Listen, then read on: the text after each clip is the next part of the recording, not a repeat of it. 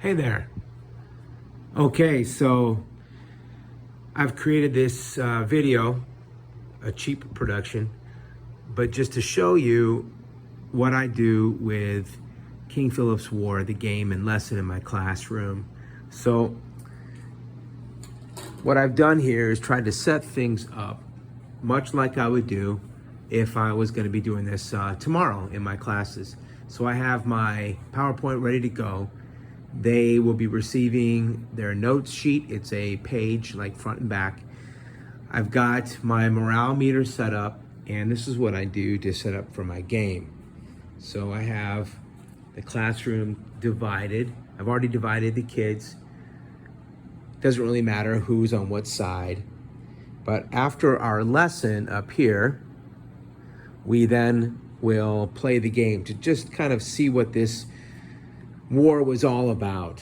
And each side is going to have a map like this. I included it's upside down, sorry. I included the image that I used to create this map. I just took a big piece of white paper and I displayed the map on my whiteboard and I just traced around it. And that was how I got all those villages and towns and things like that on there. And then we have in the middle here some of the playing pieces and the cards. And then I have the other side over here. It doesn't really matter what side either is on. And so they have the same looking map, okay? All right, so we've had our lesson, and now this has also included a speech from Josiah Winslow and a speech from King Philip, Manicom. They're going to give that to each of their sides. They kind of pump them up. And then we begin. All of this, remember, is meant to fit in about a 60-minute period of time in class. So, and you can tweak this, of course, however you want. So I'm just going to kind of give you a quick overview of how we play. So with each side sitting over there and over there, I will take them their cards. Now, this has been divided up into 4 seasons. Summer of 65, fall 75. So summer 75, fall, winter, spring, and same with the English over there. And there are going to be 3 choices that they will look at each time. So this is for Philip and his group. And I'm just going to lay these out. So the group takes a look at what they can do. Attack the praying towns, ambush English militiamen, raid English towns, okay? So those are the choices. They can't read the back of it yet, right? So they don't know the result yet. They just have to choose one. They talk about it, choose one. Meanwhile, the English also have theirs, and we'll just put them over here for now. I'm not going to do this for each one. You can do this on your own, but we'll just do this summer of 75. So attack native villages throughout New England. Arrest Philip at Mount Hope. Defend English towns. Okay, so pretty straightforward. They have to talk about that. So I made the cards pretty much, there's 3 cards for each season. And the way it works out most of the time, it's going to be the historical result, in that Philip is going to be captured and he will lose his life. However, there is, just for fun, a little bit of historical fiction here. It's possible Philip could win. So again, this is up to you. You can play this how you want. I give them time to do the card. They choose a card. Then I go and I take the card, and we look and see what they've done.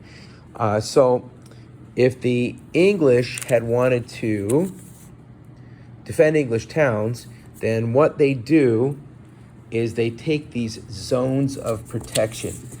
See, New England's a pretty vast area, and they do have militia. They don't have like a ton of militia to cover everything. So what they do with their zone of protection is maybe they lay it around Plymouth area, around the Springfield area, and around the Boston area. So what they're trying to do is, if they get attacked by some native groups, they will be able to ward them off, okay? That's only if the natives attack. If the natives decide to ambush English militiamen, there's going to be a different result.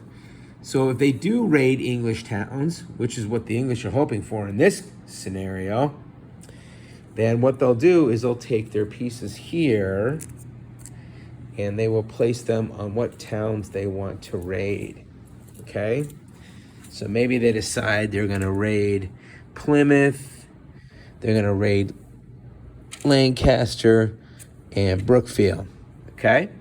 All right, so when this situation happens, if the English have no protection and they are not able to stop, or even if the English put those zones of protection around, if the native groups can avoid that, then they're going to win this round, okay, in this summer of 1675, which is kind of what they did. They ran amok. I mean, there was all kinds of destruction that summer of 1675.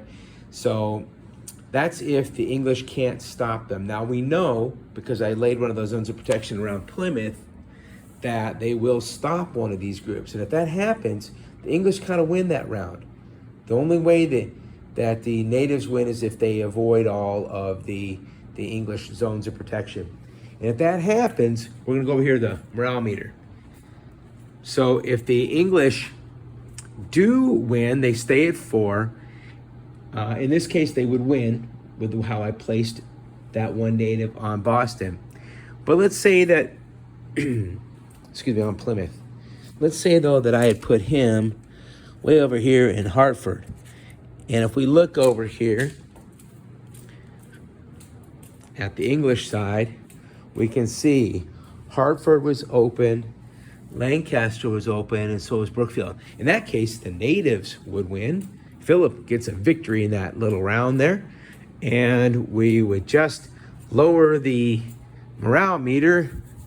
English would go down to a 3.